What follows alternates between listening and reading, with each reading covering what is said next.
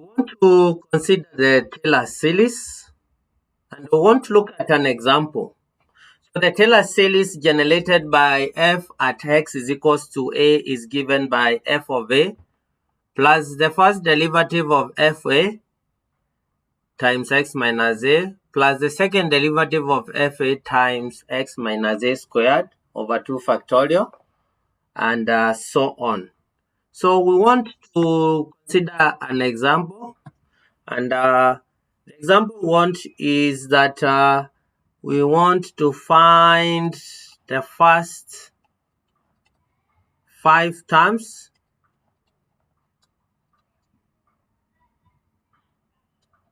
of the Taylor series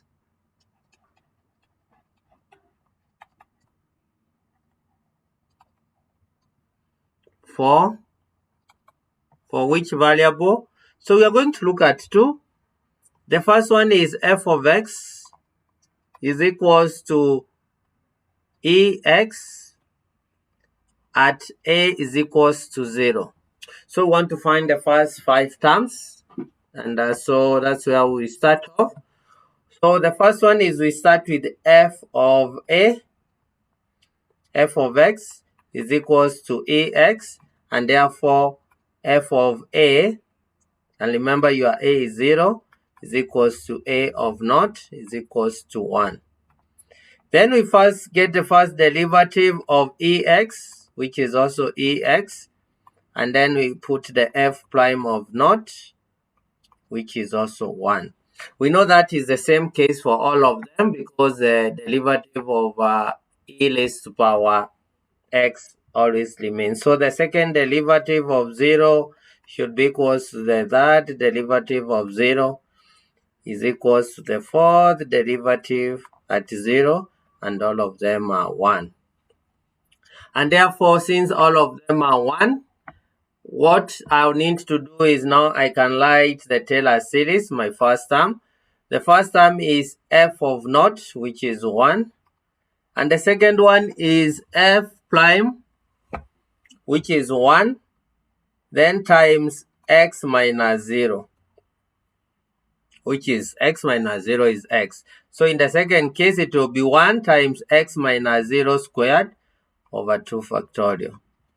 So those are 3 terms. Then the fourth one will be x cubed over that. And the fifth one will be x to the power 4 over 4 factorial. So those are the terms that we have. And that basically takes me to 1 plus x squared over 2 factorial plus x cubed over 3 factorial plus x4 over 4 factorial. And I'm sure from there you can even form a pattern of what is happening. And I could even go a step further since now I've seen there's a certain pattern that is being formed, and I can definitely write a factorial there. So n from 0 to infinity. So I can comfortably write my ax as that. I'm allowed to write. Now what I've created is what I would now call a power series. From the Taylor series, now I'm already something new called a power series. Now this was an example when a was equals to naught. What would have happened if I had a case where the value of a was a value like 2? Nothing much would have changed. I would have just taken my first term and I've gotten e raised to power 2. Then I get the first derivative of this to be equals to ex, and therefore f derivative of 2, because my a, here I should have put a as 2, would have given me e raised to power 2. So basically, the second derivative at 2 will be equals to the third derivative at 2 will be equals to the fourth derivative at 2, and this will give me e raised to power 2. But then my equation would have been slightly different. My Taylor series would have been different because now I'm testing it at a is equals to 2. And therefore my EX at a is equals to 2 would have been f of a, then plus e f prime times x minus a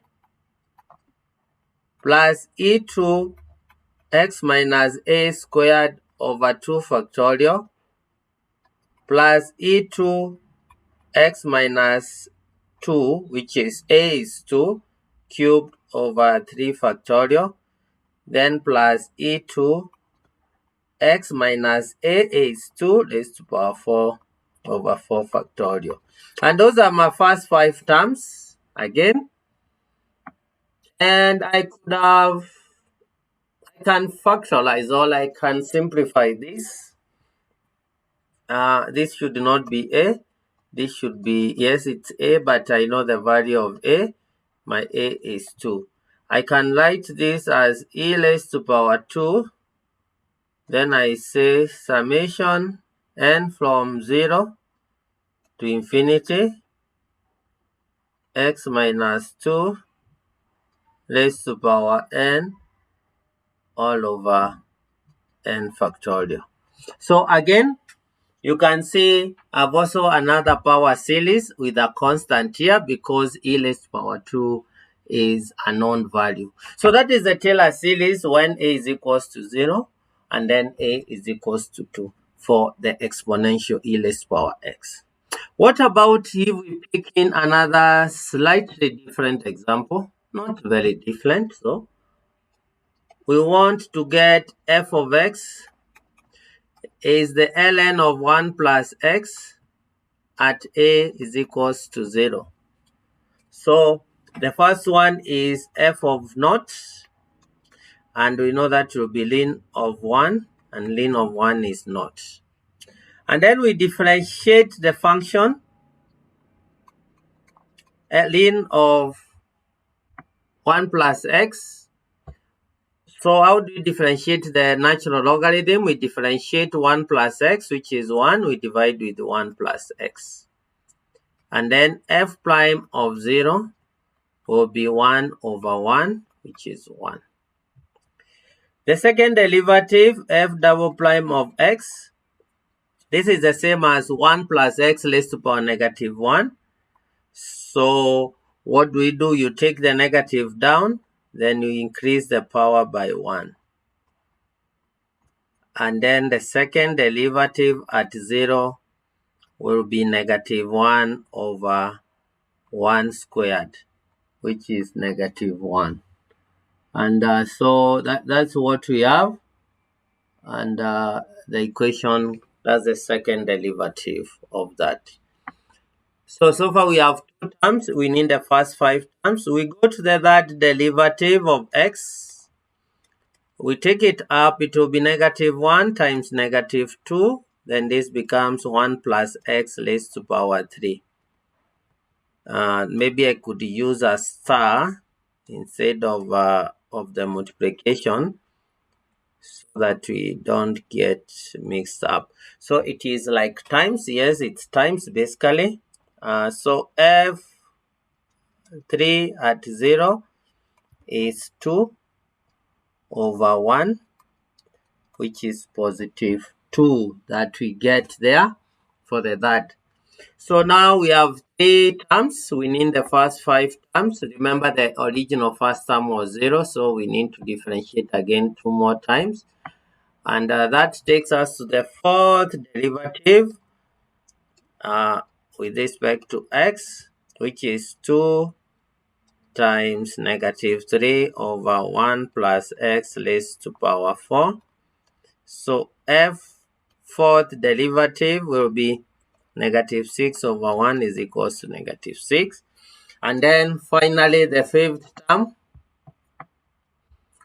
that we have, f5 of x is negative 6 times negative 4 is 24 over 1 plus x raised to power 5. And then f of 5 at 0 is equals to 24. So now with all those values we've got, we can write down our Taylor series at x at a is equals to 1. So f of a is 0, so I'll leave it out. So it would have been 0 plus f prime of 0 is 1, then x minus 0 over 1 factorial if you wish. The second derivative was a negative, minus x minus 0 squared over 2 factorial. So I'm not going to subtract with 0 again because x minus 0 is still x. The next term after negative 1, we had positive 2. Then we have 2x cubed over 3 factorial. Then after 2, we had negative 6, x4 over 4 factorial. Then we had 24, x5 over 5 factorial. So those are our 5 terms that we have. And we want to simplify. It's always very important for us to learn to simplify our mathematics. Therefore, we have ln of 1 plus x is equals to x minus x squared over 2 plus. Now, what is 2 divided by 3 factorial? Remember, 3 factorial is 3 times 2 times 1. So one of them divides, so it will be x cubed over 3. Then 4 factorial is 24. 6 and 24, you'll be left with 4 minus 4 over 4.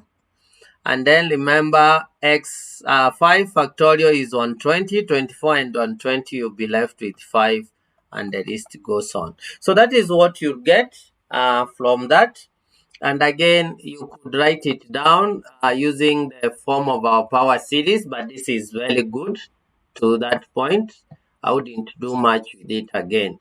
But if you wish, then we could maybe write it from n from 1 to infinity, negative 1 raised to power certain power x over n. So when it is 1, it is 1. So this is n. When it is 3, it's 3. So when 1 is 1, so it is 1 plus 1. So that 1 plus 1 becomes 2. And a positive power there, even number, negative 1 to an even number will be positive.